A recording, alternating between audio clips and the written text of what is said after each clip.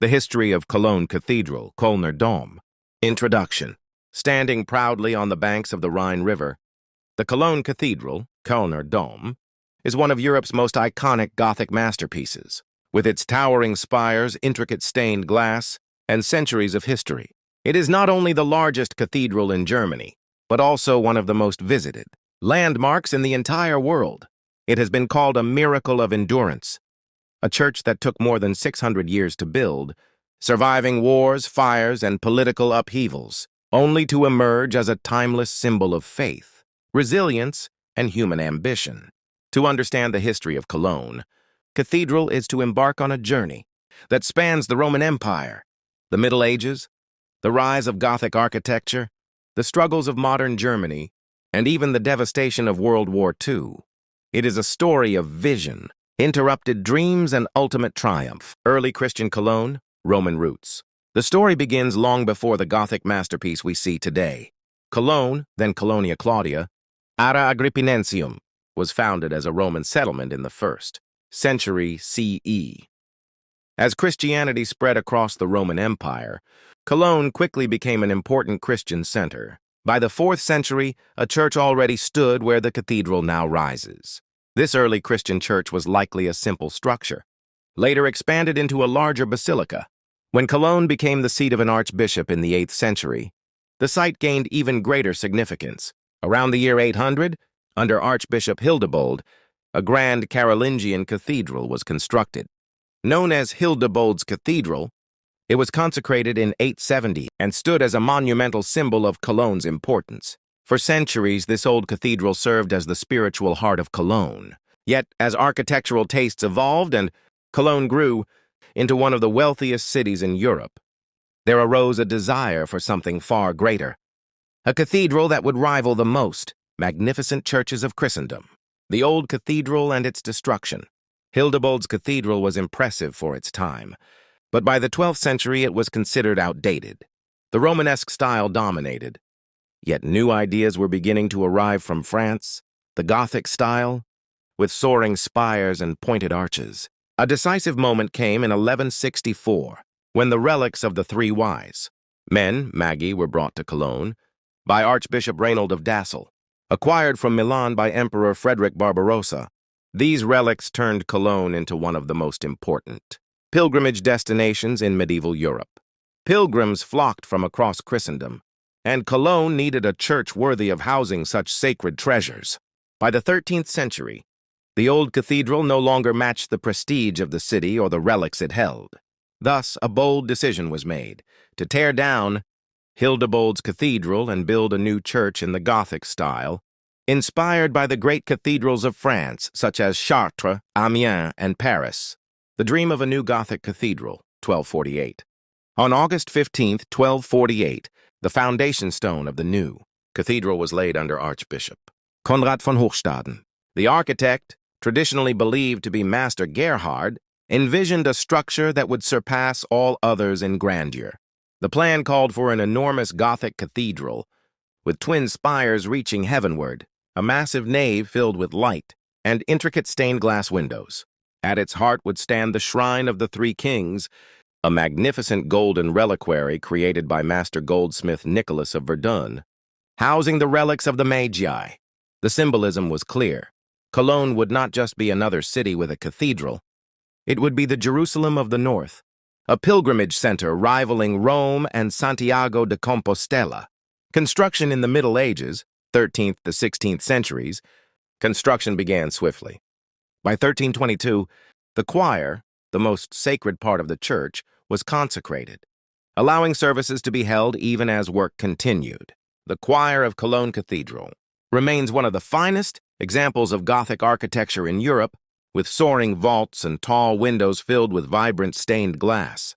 Throughout the 14th and 15th centuries, progress continued, but building such a massive structure required enormous resources. Funding came from donations, indulgences, and the wealth of Cologne's merchant guilds. Skilled masons, sculptors, and glassmakers worked tirelessly, and the cathedral began to rise. However, the scale of the project was daunting.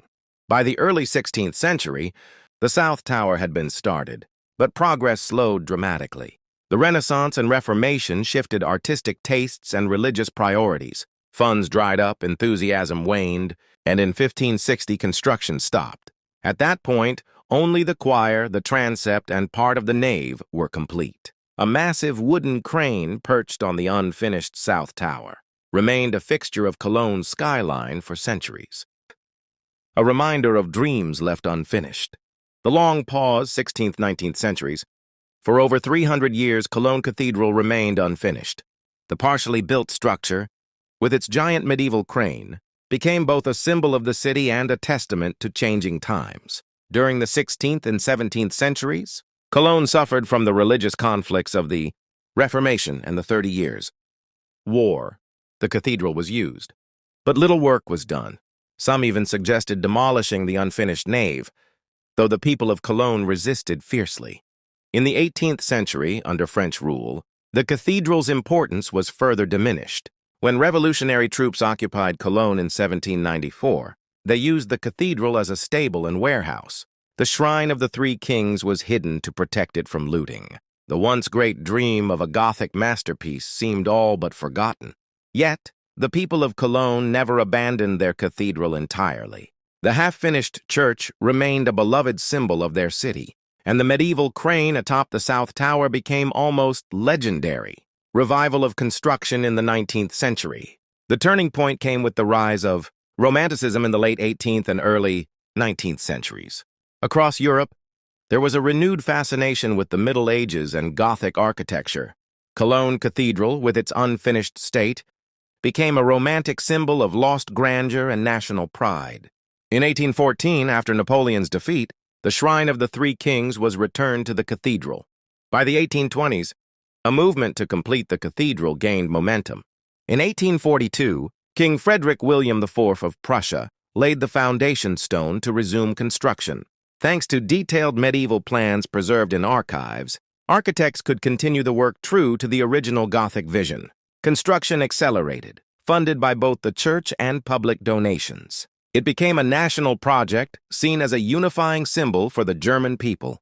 For the first time in centuries, the cathedral began to rise again, and excitement swept across Germany. Completion in 1880, a symbol of German unity. After over 6 centuries, the dream was finally realized. On August 14, 1880, Cologne Cathedral was officially completed.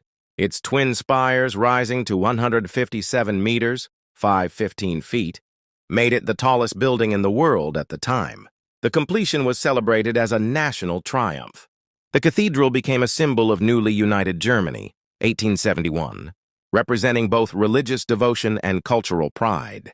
It was not just a church, it was a statement of endurance and identity. Cologne Cathedral in the 20th century.